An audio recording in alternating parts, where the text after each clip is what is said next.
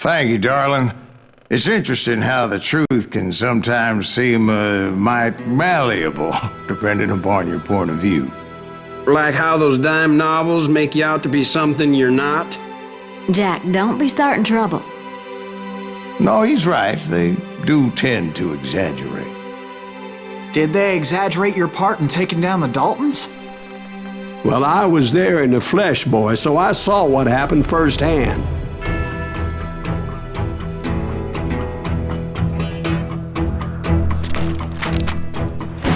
Those Daltons were lawmen once, before they all went bad, robbing banks and trains clear across the territory. Until Coffeeville, of course. I was one of the citizens who took up arms that day. Fighting on the side of right? I did my best, sir. We all did.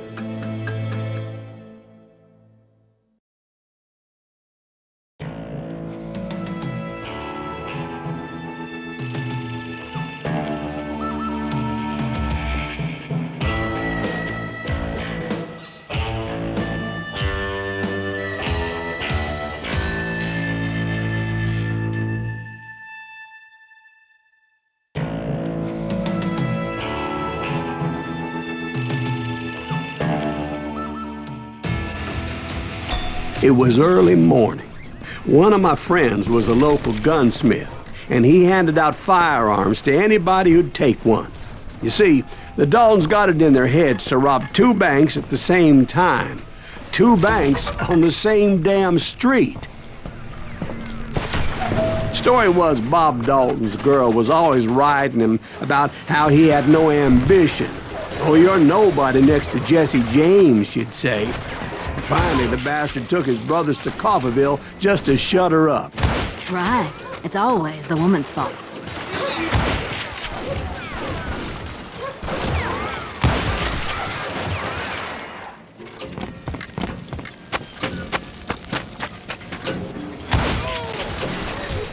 Well, the locals recognized the Daltons right off.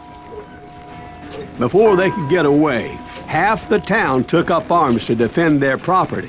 Their first mistake was pulling a job in their own damn hometown. Hey, we got us a hero. Put some holes in him!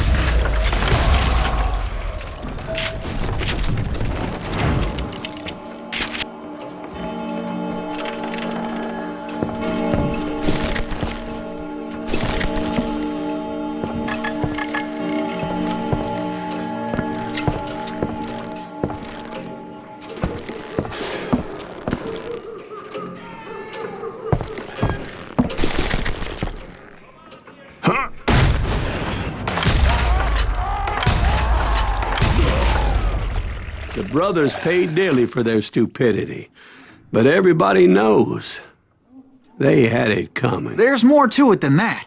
I read all about that day, so I know for a fact that it went down very differently. First of all, it was high noon. A posse of U.S. deputy marshals were on the rooftop across the street. Get ready, boys. They're gonna make a move. The lawmen had been tracking the Daltons for months, and now they finally had them dead to rights. Among them was a bounty hunter feared by many a lawbreaker. This man had no intention of letting the Daltons slip away. The marshals tried to get the Daltons to surrender. They'll give up eventually. We just gotta wait for something bitches out. This bounty hunter knew that the brothers were far too proud to ever lay down their guns.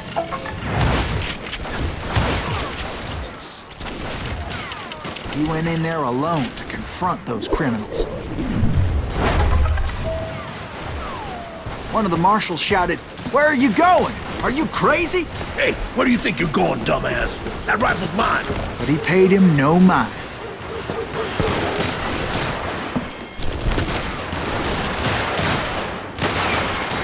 He saw a way to get around to the back of the bank.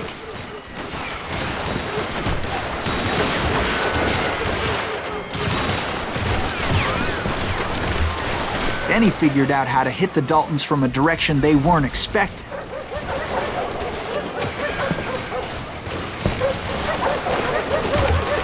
From above. Fortunately, a water tower was right there.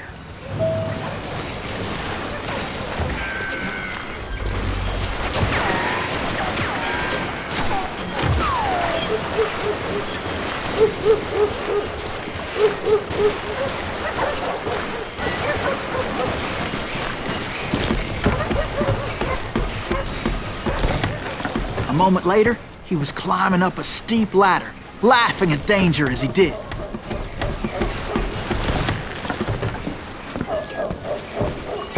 It was brave men like him who risked their lives to tame this wild country.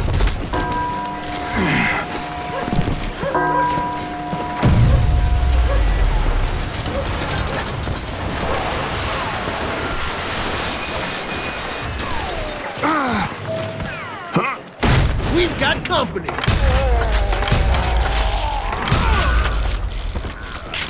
Heroic men like him, who did what other men couldn't or wouldn't to make this country free.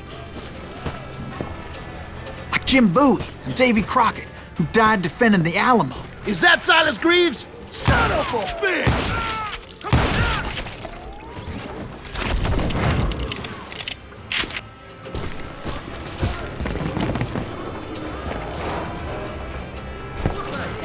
Show yourself, coward!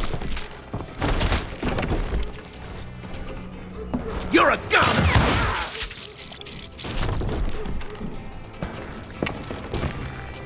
Look what we got here!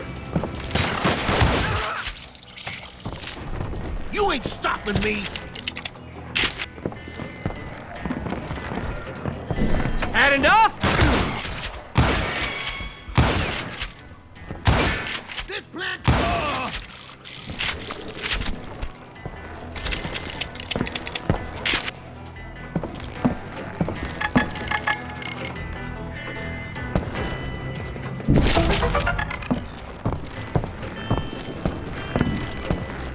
Over there!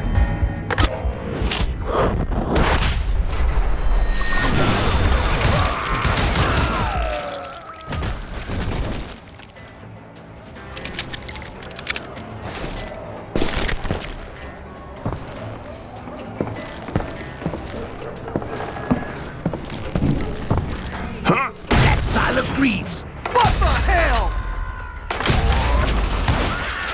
Blam! He came away victorious, taking down those thieving Daltons.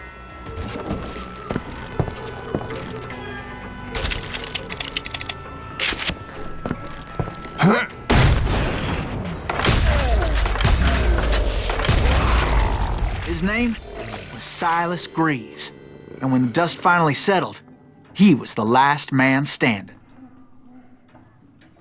Sorry, kid, but that just wasn't the way it happened.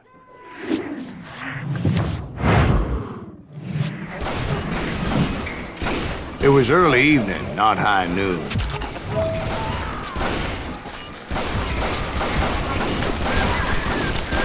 I was late to the party and Coffeyville was already up in arms. The Daltons blew up a safe and were all set to hightail it out of there. Those pathetic deputies surrounding the bank were dropping like flies.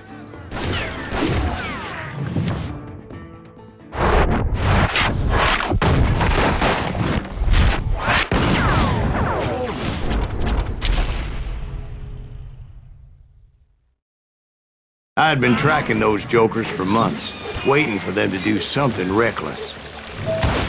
And finally, they did. Those stupid bastards decided to rob 2 banks at the same time in the same town where everybody knew them. But they still had friends in Coffeyville. Get me.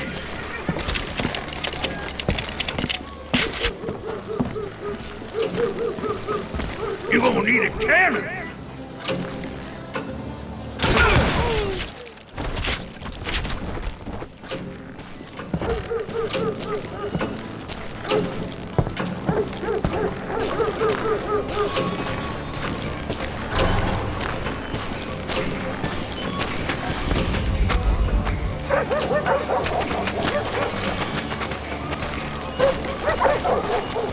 Hey, we got a year of put some holes in them!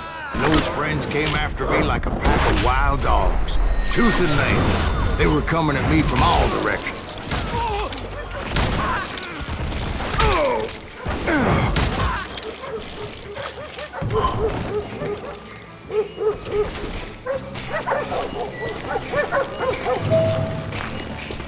I caught sight of the Daltons running with the money and didn't want to lose them. Problem was, they knew the town better than I did. And to top it off, I found myself in the middle of another shootout entirely.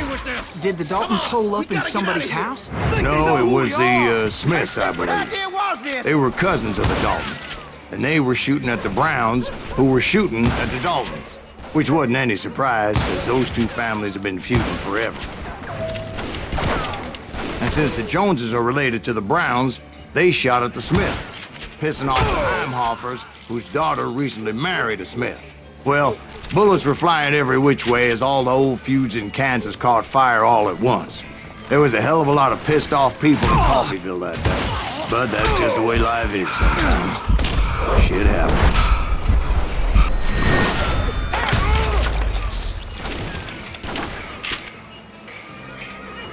I ain't backing down!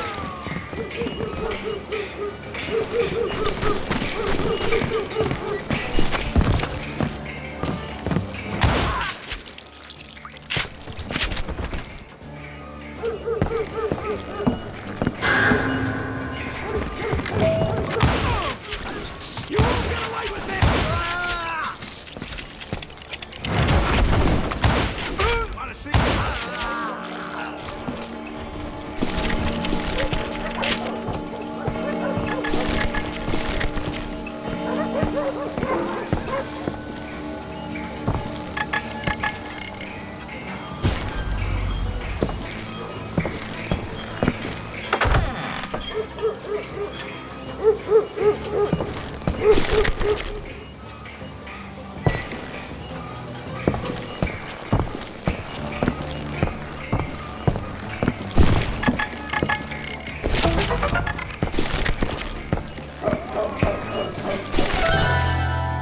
The Dalton boys knew I would never give up.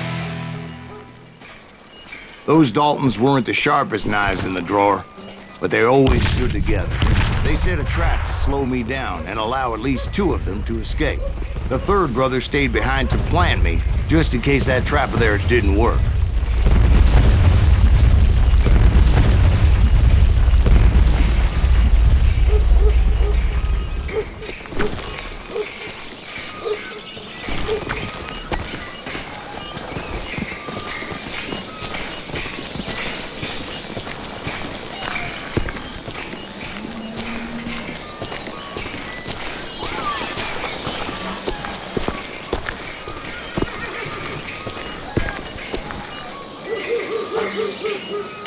It was Emmett, the youngest, and he decided to stand his ground and face me down. I ain't afraid of you, Silas Greaves. This is where it ends for you. He was determined to protect his brothers. I understood how he felt. Taking me on all by his lonesome wasn't exactly a recipe for a long life. I'm gonna tear you apart!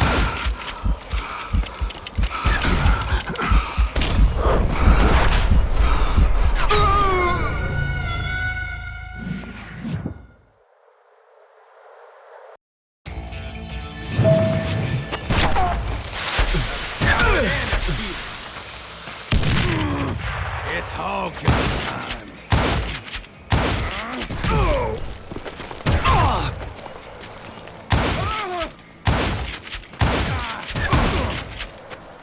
I'm gonna cut you in half.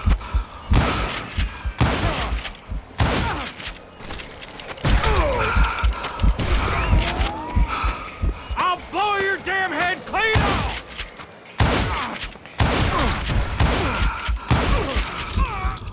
But Emmett Dalton survived the robbery in Coffeyville. He's the only Dalton who did. They say he was shot 23 times. Well, Dwight, who do you think put all those damn holes in him? But I have to admit, that boy had grit.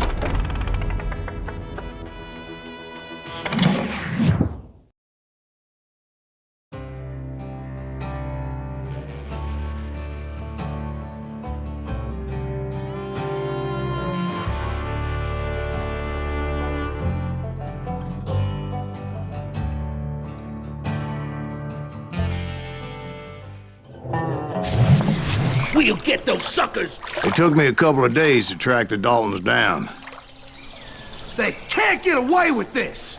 And in that time, a whole posse of local vigilantes offered to lend a hand. We'll track him to the ends of the earth. They seemed as determined as me to find those outlaws.